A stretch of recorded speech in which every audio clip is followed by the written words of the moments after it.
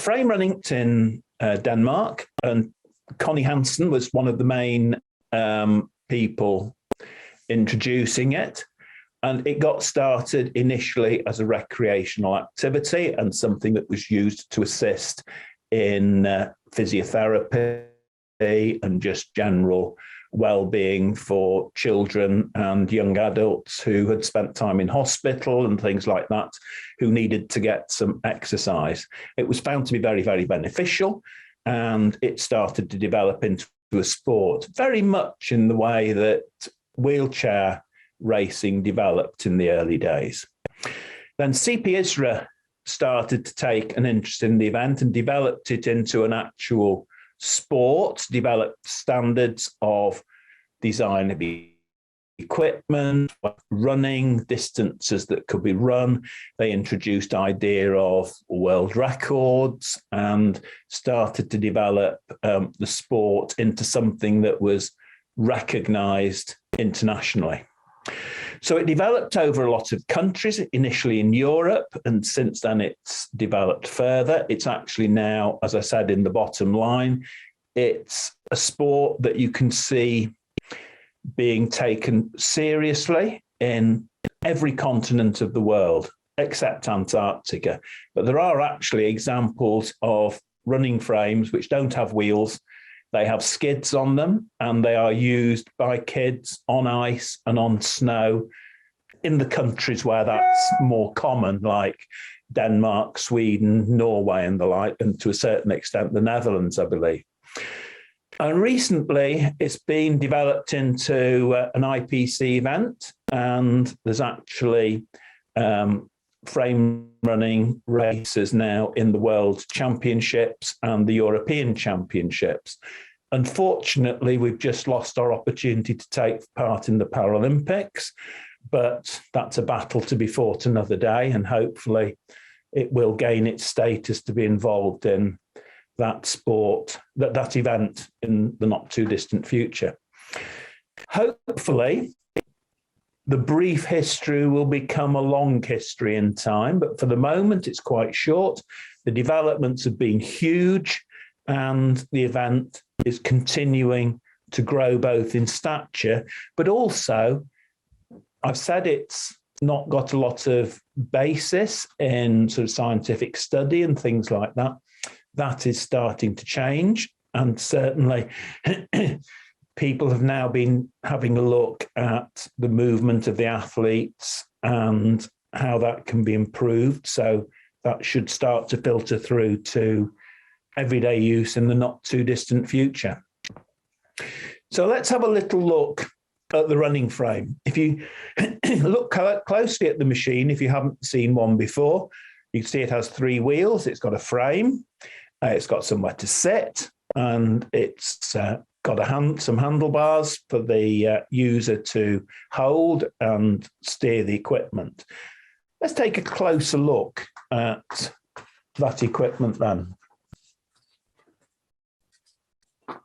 So in the picture you see before, you can see the main parts of the running frame. One or two pieces of equipment there might surprise you. It has brakes, yes. Not every athlete can use the brakes, but brakes have to be fitted to the machine. And in fact, 2 types of brakes are fitted. At the front, you can see a standard bicycle brake on this particular machine.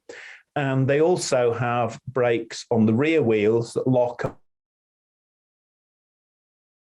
on rather than used while the athlete is mounting and dismounting the frame. When they are using the frame, you'll see there's a seat for them to sit on, and it also has a chest plate. That's for the athlete to lean against, and it helps to support the upper body so it doesn't wobble about too much. And that you can actually have a sort of seat belt fitted that ties you into the chest plate while using the machine, and it prevents the athlete from wobbling about too much. The handlebars are there to, as I said, provide steering. And then you've got this rather odd device, which is listed at the bottom, the compensator.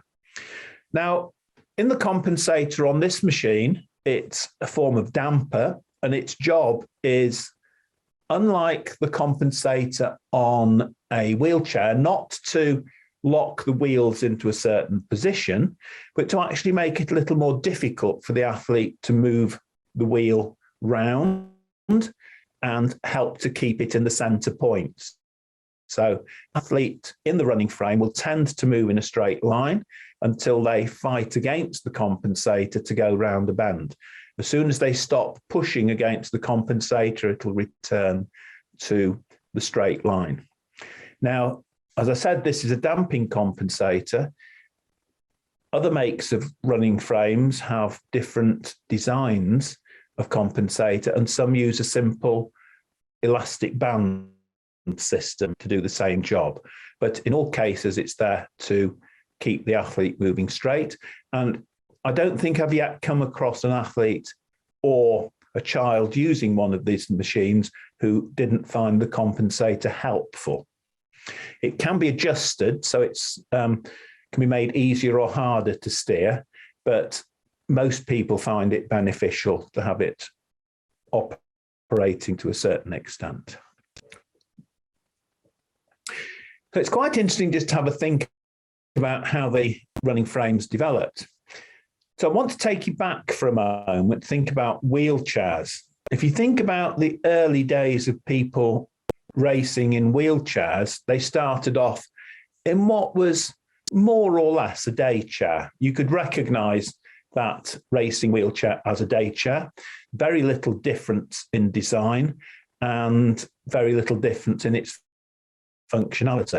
But if you think about how that's developed now, a totally different sort of machine. If you like, it's the difference between a Model T Ford on the left and a Formula One racing car on the right.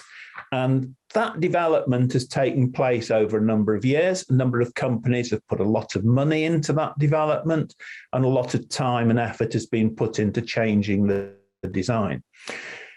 And what's happened in that time is the position of the user has changed, the shape of the machine has changed, and because of that, it's become more stable, it's become more aerodynamic. The athletes are able to apply their push on the wheels more effectively, so they can move faster. My thought is that at this moment, running frames haven't yet taken those steps. At the moment, a running frame is heavy, it's unstable, and it's very, very expensive. Even compared to racing wheelchairs, a running frame is expensive, and yet there's nowhere near as much science and development gone into it. So there's a lot of opportunity to move that on. So how can we move it on? I think this is an important question to ask and one to consider. So the first thing, I think, they could be made lighter. Most running frames at the moment are made of steel. They're heavy. They're like the old-fashioned sit-up and beg bicycles.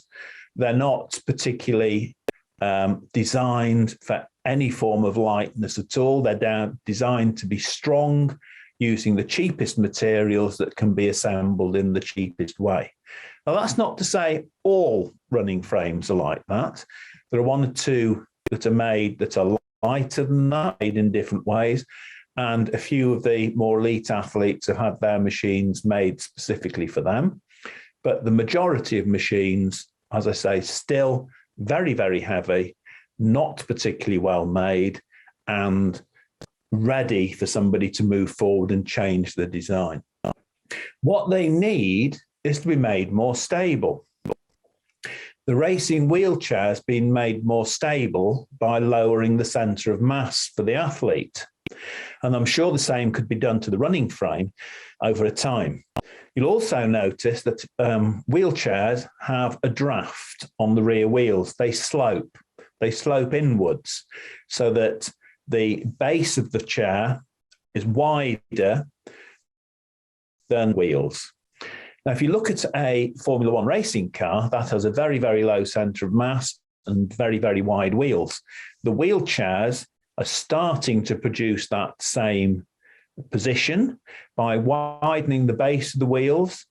They're actually making it more difficult to tip the machine over, particularly because they're sloping. Most running frames don't have that at the moment, but certainly I'm convinced that that would make a difference to the stability of the machines. You can also improve the runner's body position. If that can be improved, lowering it slightly and moving it so that the athletes push more backwards to propel themselves forwards rather than downwards, then that would also increase stability, because when the athletes push too much downwards, it starts the machines rocking. So I think those are two things we need to think about quite seriously in changing the design of the machines. For the elite athletes, for the beginners, the design probably isn't too bad, but hopefully an athlete will want to move on very quickly to a better machine. We also need to think about the running mechanics of the event. At the moment, we tend to think about running 100 meters as being sprinters in a running frame. Runners who are running 5,000 meters are endurance runners in a running frame. But it doesn't take a lot to realize that the running mechanics of somebody in a running frame should be different to that of somebody who's running normally, simply because they don't have to support their body weight while they're running. When we normally consider a sprinter or an endurance runner, one of the considerations we have to make is how they support their body while they're running. That's not necessary in this event, so I consider that the running mechanics will be different for these events. That's open to argument, though. That's my opinion. As I say, the research is yet to be done, but I think there is a doctorate waiting for somebody there if they're prepared to look into it as a subject. We also want to develop the sport, to get more inclusion. I've already mentioned it. There are too many children, particularly, using running frames at clubs that are not athletics clubs. I've seen these kids working at various places around the country. They've got their running frames, they're walking around, they're trotting around, they're running around even in sports halls with parents, physios, people who are interested in disability working with them. But there's no link between these clubs and athletics clubs. We need to encourage these kids to make that move if they're interested to go to athletics clubs, and we need to develop the opportunity for athletics coaches to learn to coach the event so that they can welcome these kids. At the moment, there's a definite gap between one type of club and the athletics club. If we can break that down, the sport will grow quite quickly. I think that's one of the big challenges that we have, to move it on.